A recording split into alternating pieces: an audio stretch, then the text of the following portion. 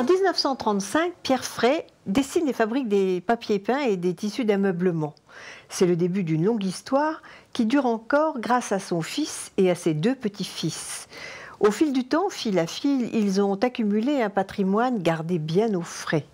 Ce qui n'empêche pas les Fray d'être au fait de la modernité, car rien n'effraie les Fray, et surtout pas l'avenir du luxe. C'est une maison de luxe qui se paie le luxe d'être 100% familiale. De père en fils, les Fray se fraient un chemin et se forgent un destin.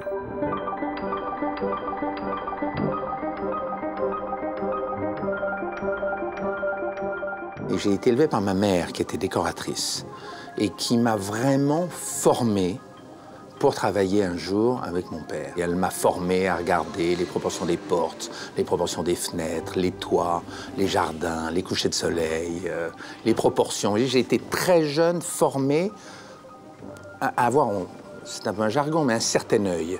Et du coup, mon père, on est donc en 69, a voulu que je parle anglais. Et il m'a envoyé chez un de ses confrères, qui m'a pris sous son aile. Et là, je suis resté 2 ans aux États-Unis où j'ai appris ce métier à partir de zéro. Et là, j'ai vraiment eu une passion. C'était son entreprise qui portait son nom.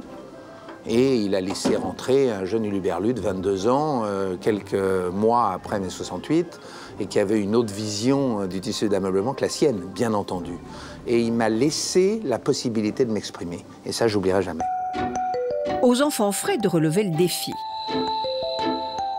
Je suis dans la maison de mon grand-père depuis 4 ans et demi maintenant. J'ai commencé ma carrière dans un métier complètement différent. Et au fur et à mesure des années, à force d'en parler avec mon père, de m'intéresser, à force de m'intéresser à l'évolution de la maison, un jour, ça m'a paru complètement logique. Et aujourd'hui, je me demande ce que je faisais dans la finance. Aujourd'hui, je me dis, mais comment j'ai pu, pendant quelques années, travailler dans un métier dans lequel on ne peut pas toucher, on ne peut pas ressentir, dans lequel ce qu'on vend est complètement immatériel. Je crois que la fibre familiale a fait boule de neige en moi. Puis un jour voilà, j'ai rejoint l'entreprise.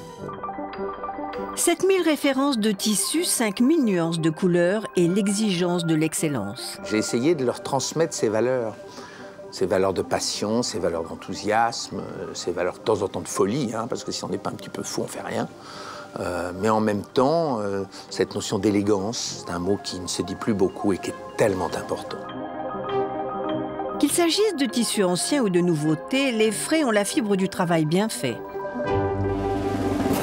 Ces métiers-là ne s'improvisent pas. C'est baigner dans une culture et c'est petit à petit, goutte après goutte, leur faire passer le message. Alors là aussi, il y a une question d'excellence. Je crois que de transmettre n'est pas un dû. Ça, je le crois sincèrement. Je crois que de transmettre, ça se mérite. À partir du moment où ils ont cette envie, c'est déjà 50% de la réussite des choses. Le grand-père avait-il une idée derrière la tête ? Il m'avait abonné à des revues de décoration et à des revues de peinture. Donc je pense qu'il y avait derrière cela peut-être une volonté de sa part que ces petits-enfants aient en tout cas un intérêt culturel, un savoir artistique, je dirais. Parce que bien entendu, notre métier, tout part de la création, tout part de l'art, des couleurs, des dessins, et qu'on a beau être doué en gestion ou on a beau travailler beaucoup, si on ne sait pas faire la différence, si on n'a pas une idée de ce qu'est un joli dessin ou une jolie couleur par rapport à une autre, ça ne sert à rien. Grossir pour ne pas mourir en rachetant l'entreprise Boussac, c'est la chronique que Patrick Fray défrait. J'ai eu cette chance formidable, étant une petite entreprise, d'être en même temps juge et partie. Hein. C'est-à-dire que j'étais en même temps le créatif et en même temps le propriétaire et le gestionnaire de l'entreprise. Donc je me laissais aller peut-être à certaines folies. Et maintenant, j'ai vraiment un fils en particulier qui me suit, qui me contrôle et qui me dit « T'es sûr qu'il faut 3 jaunes? T'as vraiment besoin de faire 3 jaunes ou t'as vraiment besoin de faire ça, etc. » Et quelque part, ils ont raison. Ça reste aujourd'hui entre mon père et ses 2 fils, mon frère et moi-même, un échange.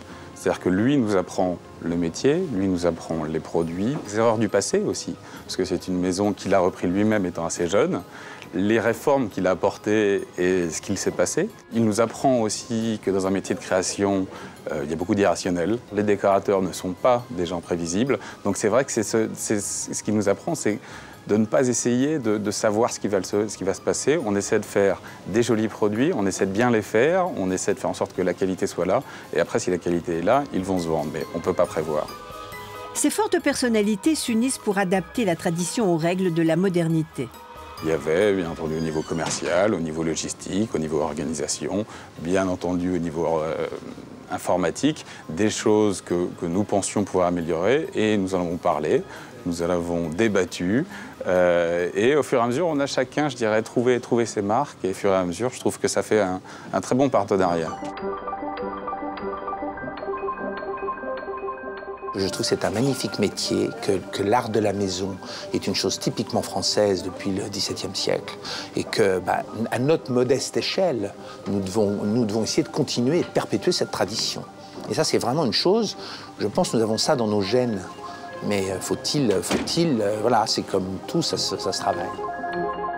Ceux qui poussent des cris d'orfraie sur l'avenir du luxe et de frais en seront pour leurs frais. Le mot luxe a été est très galvaudé.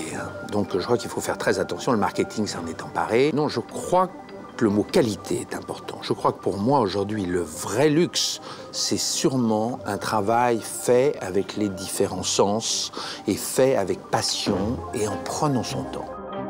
Quand on demande souvent à nos clients de venir visiter avec nous des imprimeurs ou des tisseurs et qu'ils voient le souci du travail bien fait, que nos tissus sont vérifiés, et je vous jure que c'est vrai, la pince à épiler pour enlever les défauts. Et c'est ça le luxe, c'est être conforme à une certaine éthique. Et s'il y a un pays qui sait faire ça, c'est la France. Aujourd'hui ou dans 100 ans, quelqu'un qui voudra se faire une très belle maison choisira toujours des tissus de luxe. Il y aura toujours des gens qui chercheront l'exceptionnel. Il y aura toujours des gens qui chercheront une superbe paire de rideaux. Je pense qu'il y a un vrai potentiel, mais à nous de le faire évoluer, de le faire avec qualité, avec passion et enthousiasme. Une histoire de famille qui tourne bien, des héritiers d'un savoir-faire. Voilà qui est fait pour nous plaire.